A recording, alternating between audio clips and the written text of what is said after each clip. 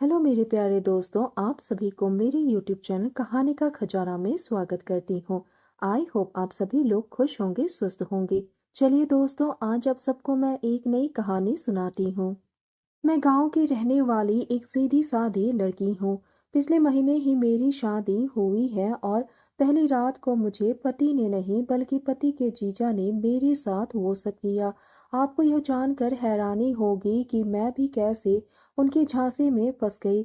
मुझे बाद में पता चला कि उस रात मेरे साथ मेरे पति नहीं बल्कि मेरे पति का जीजा था। आप लोगों को लग रहा होगा कि आजकल के ज़माने में ऐसा कैसे संभव हो सकता है कि एक औरत को पता ही ना चले कि वह अपने पति के साथ थी या किसी और के साथ। दोस्तों, थोड़ा सा समय निकालकर इस कहानी को अंत तक जरूर सुने। दोस्तों, आप लोग चैनल को सब्सक्राइब करना भूल जाते हैं। दोस्तों, आप सबसे रिक्वेस्ट है कि चैनल को एक सब्सक्राइब करें और वीडियो को एक लाइक करें।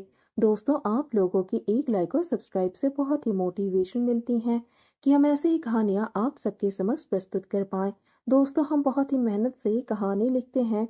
आशा करती हूँ कि यह कहानी आप सबको पसंद आएगी।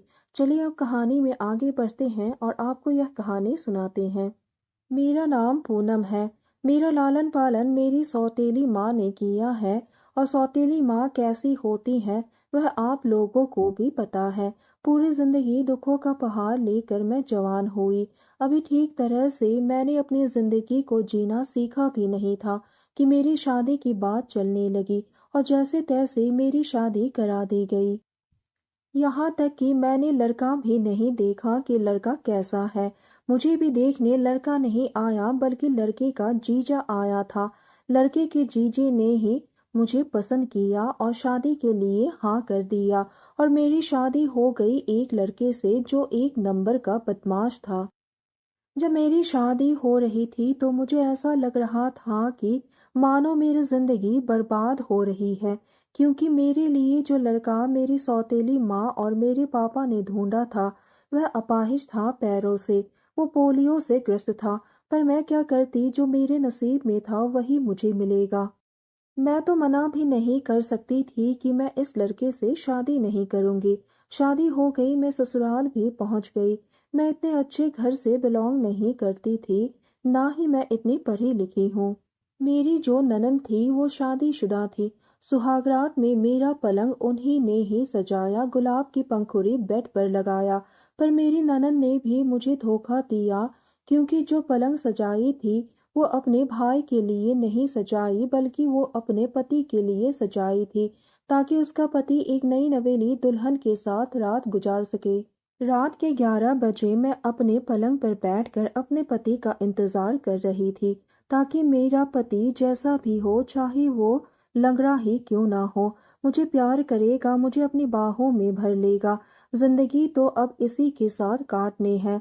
तो जो हो गया सो हो गया, अब आगे की जिंदगी सही चले इसके लिए मैं अपने पति का साथ दूंगी और उनका सपोर्ट करूंगी। तभी लाइट चली गई। सच तो यह है कि लाइट गई नहीं थी बल्कि काटी गई थी। कमरे में अंधेरा छा गया था, ना मोमबत्ती था ना दिया था। तभी दरवाजा खुला और मेरा पति अंदर आया।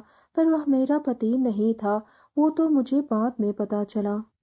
मेरे पति के जीजा अंदर आया, दरवाजा बंद किया। अंधेरे की वजह से मुझे कुछ भी दिखाई नहीं दे रहा था। कपड़े भी उन्होंने दूल्हे का जैसा ही शेरवानी पहन रखा था और अंदर आ गया।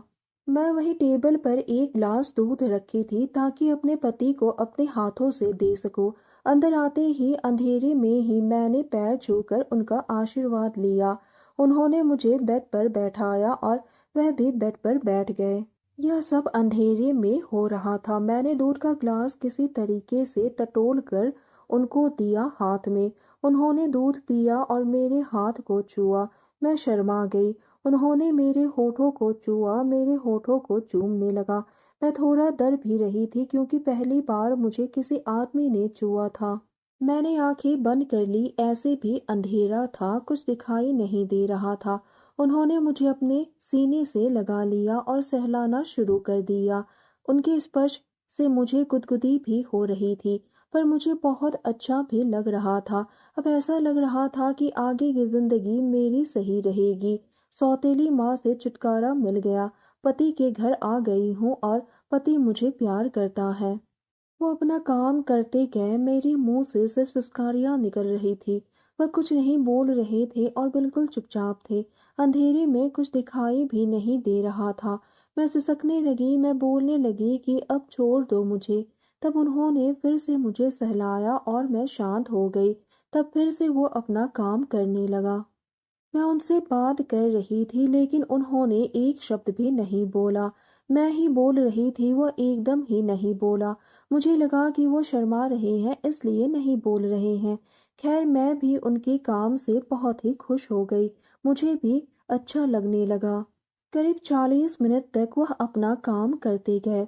उसके बाद जब वह शांत होकर लेट गए, तब उनके मुंह से मैंने ओह की आवाज सुनी। मैं तुरंत ही समझ गई कि वो कोई और है, क्योंकि आवाज मेरे पति से मिल नहीं रहा था। आवाज मेरे पति के जीजा का था।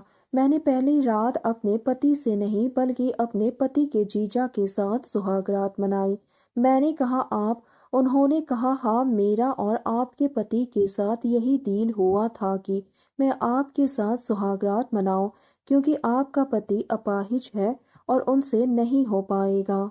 मैं रोने लगी बैठकर। जीजा बोले, रोती क्यों हो पूनम? जो होना था हो गया, खुश रहो। सच तो यह है कि मैं ही तुम्हें खुश रखूंगा और तुम्हें वो सब दूंगा जो एक पति अपनी पत्नी को देता है, क्योंकि तुम्हारे पति से कुछ होने वाला नहीं है, इसलिए आज वह तुम्हारे पास नहीं आया है। बगल वाले कमरे में दारू पीकर सो रहा है।